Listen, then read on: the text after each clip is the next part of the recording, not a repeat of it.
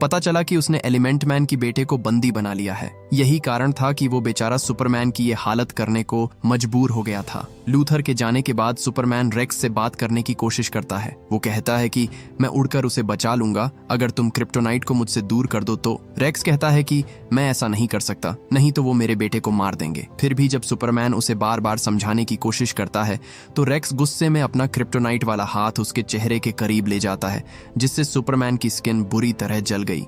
उधर हम जिमी को देखते हैं जो अपने खबरी से मिलने जाता है और हमें पता चलता है कि उसकी ये खबरी कोई और नहीं बल्कि लेक्स की असिस्टेंट ईव थी।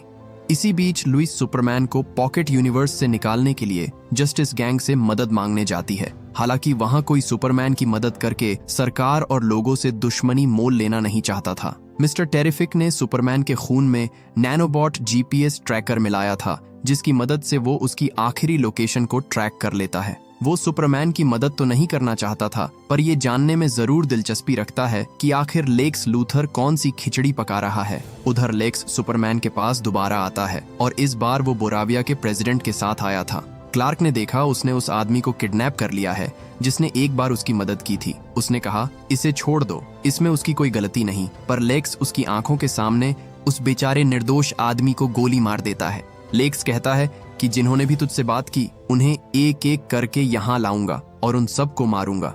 उसकी बेरहमी देखकर रेक्स भी रोने लगता है। उसे बहुत दुख था कि वो उस आदमी को बचाने के लिए कुछ नहीं कर पाया। वो समझ गया कि काम होने के बाद लेक्स उसके बेटे के साथ भी यही करेगा, इसीलिए वो क्रिप्टोनाइट को अपने अंदर वापस खींच लेता है, जिससे सुपरमैन फिर से ठीक होने लगता है। हालांकि इतने लंबे समय तक रेडिएशन के संपर्क में रहने के कारण वो बहुत कमजोर हो गया था और उसे फिर से ताकतवर बनने के लिए सूरज की रोशनी की जरूरत थी। रेक्स ने कहा, मैं सूरज नहीं बना सकता, लेकिन जिसमें उसके तत्व हो ऐसी कोई चीज बना सकता हूँ। देखते ही देखते उसने एक छोटा सूरज तैयार कर दिया, जिससे सुपरमैन की शक्तियां वापस लौट आईं। वो अपनी सेल को तोड़ता हुआ रेक्स के बेटे को बचा लेता है।